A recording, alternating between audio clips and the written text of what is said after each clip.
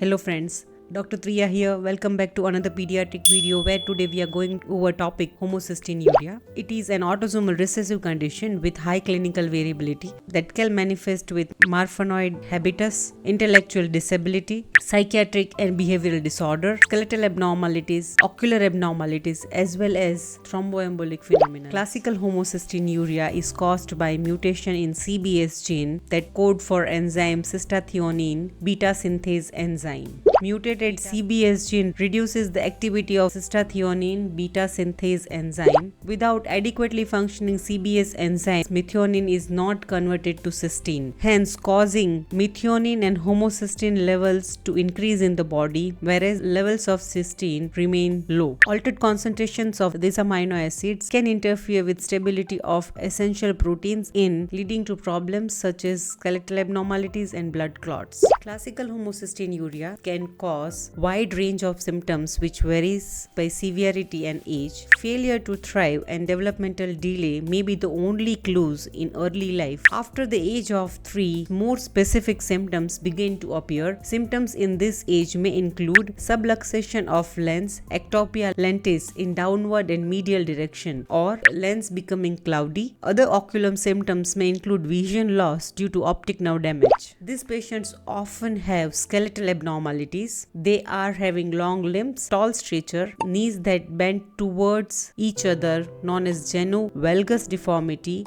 The arch of the inside of the foot may be high called high arch foot. Chest may have a deformity pectus excavatum if it sticks out or pectus carinatum if it caves in. Another finding could be osteoporosis, that is reduced bone density. Blood clots can also form at any age, causing the most serious vaso-occlusive complications of the patients of classical homocystinuria. Depending on the location, these complications include stroke from the clots in the brain and pulmonary embolism from the blood clots in the lung. Thromboembolism is a frequent cause of death. Individuals with classical homocystinuria may also have intellectual disability or adverse mental health conditions such as anxiety, depression, or obsessive compulsive disorder. Classical homocystinuria can be diagnosed by clinical examination, which includes taking a patient's history, evaluating signs and symptoms, and a physical examination. High plasma and urine level of homocysteine confirm the diagnosis. Genetic testing for changes in CBS gene also could be done. More severe form of classical homocystinuria can be diagnosed in a newborn period by newborn screening by dry blood spot for elevated methionine level. Management focuses on reducing symptoms by regulating the amount of homocysteine in the blood. The first and foremost treatment that can decrease the level is pyridoxine or vitamin B6 supplementation. Patients should not respond to vitamin B6. They may require oral drug known as Betaine that helps in breaking down the amino acid homocysteine. Even after the above remedial measures, if symptoms persist, dietary modification is to be considered, which include limiting animal origin protein like bacon, eggs, and could be replaced by plant-based protein. Specific formulas may be needed to control the level of homocysteine also. Other vitamins like B9 and B12 also to be considered. So that's all about today's video. I hope you all understood and learned well. Please let me know what other topics you would like to learn from me. Till that time, take care of yourself, study hard, study smart.